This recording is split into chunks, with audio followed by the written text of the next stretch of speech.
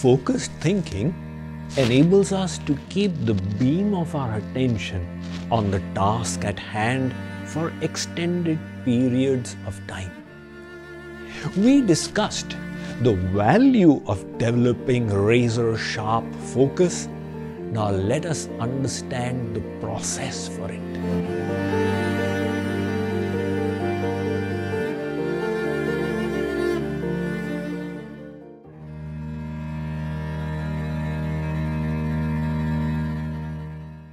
It is very much like the way we develop our muscles. These bodily muscles have finite strength and stamina. If not utilized, they are subject to atrophy. But when we exert them, they start developing. That is why in weight training and similar techniques, people exercise the muscles to the extent that they break, which means they develop micro tears. And yet there is nothing to worry about, for after 48 hours of rest, if one has taken sufficient nutrition, these muscles mend themselves to become stronger than before. The development of focus works very much like the development of muscles. It needs to be exercised, and you have to work beyond the pain and boredom. So Maharshi Patanjali has explained the process. Shraddha, Virya, Smriti, Samadhi, Pragya, Purvak Itaresham. He says, in your spiritual sadhana, strive with faith, valor, dedication, sincerity, patience, and concentration. But remember, if you wish to become a marathon runner, you cannot reach the goal in a day. You will probably start with 1 mile on the first day and increase it in increments until you reach the 26-mile target. The development of focus also works in the same way. Again, the Yoga Sutras state, Satu dirgha kala nairantarya satkar asevito dridha bhumihi. When you keep on striving to enhance the muscle of your focus, it grows incrementally until you master it and then become better at your work, at play, and in your ability to learn.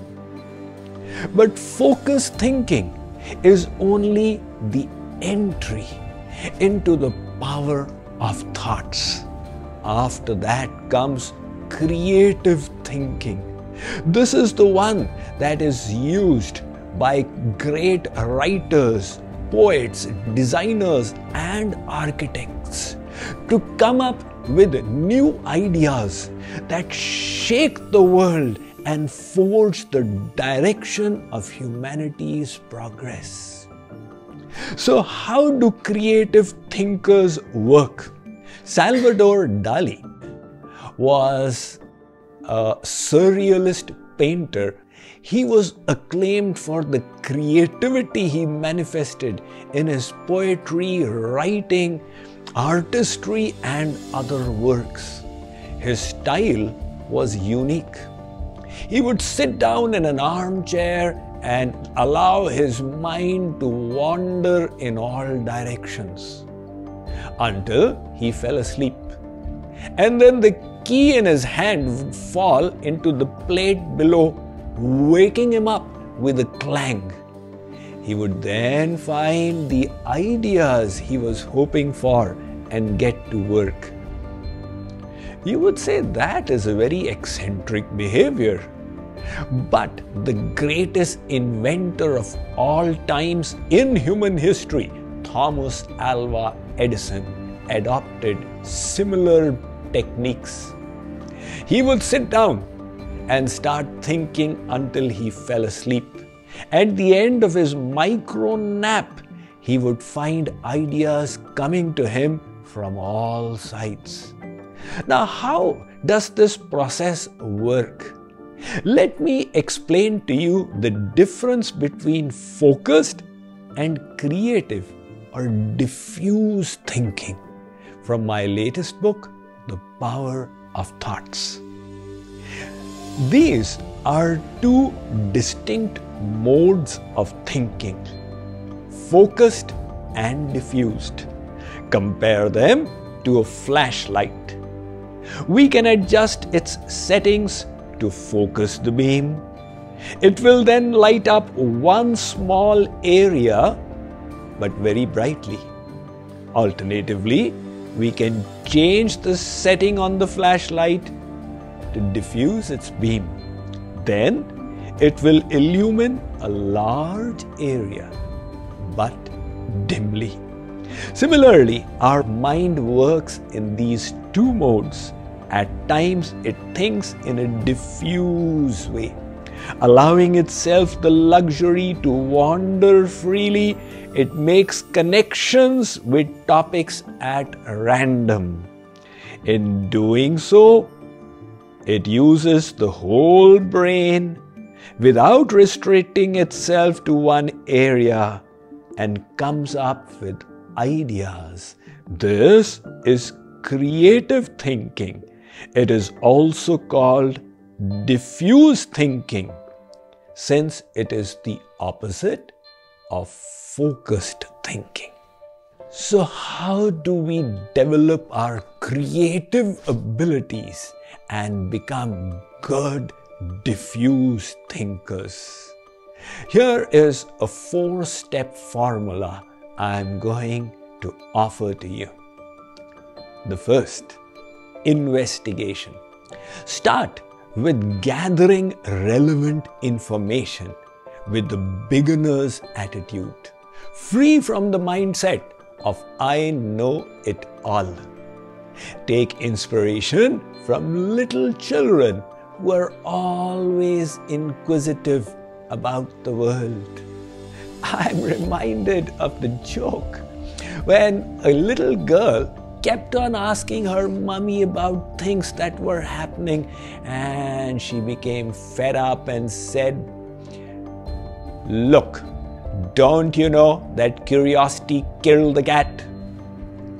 That baby daughter was silent for a little while, and then she asked, "Mummy, what was the cat curious about when it died?"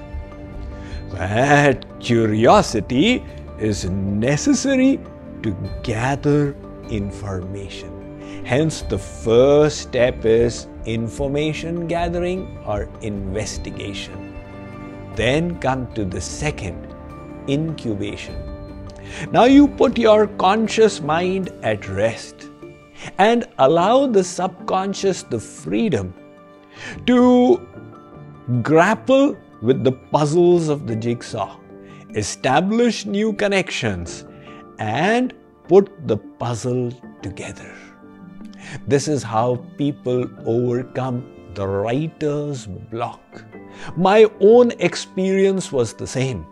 I wrote this book, Power of Thoughts, in the month of September in the year 2020. At that time, the pandemic was raging around the world, and I was in Dallas, but unable to go out and give lectures. So sitting at home, I was writing this book. But from time to time, I would get stuck where ideas would refuse to come, and an hour would go by before my laptop. Now what to do? I'd just stop, go out, take a walk, and 5 minutes through the walk, I would find ideas pouring into my head.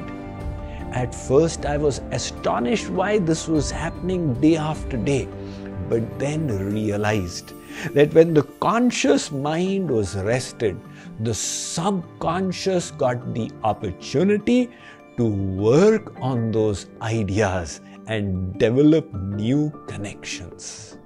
So this is the incubation time, which is very conducive for creative thinking. And that leads us to the third, which is illumination. It is now the eureka moment when you say, yes, I have it.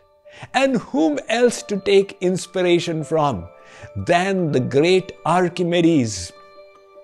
We all have heard that story. He was sitting in his bathtub bathing, thinking. When all of a sudden the illumination came, he screamed, "Eureka, I know it!" and he ran naked through the streets of Syracuse. So the illumination can come at any moment unexpectedly. It happened for Newton when the apple fell on his head, and the realization that the earth was pulling the apple through the force of gravitation dawned upon him.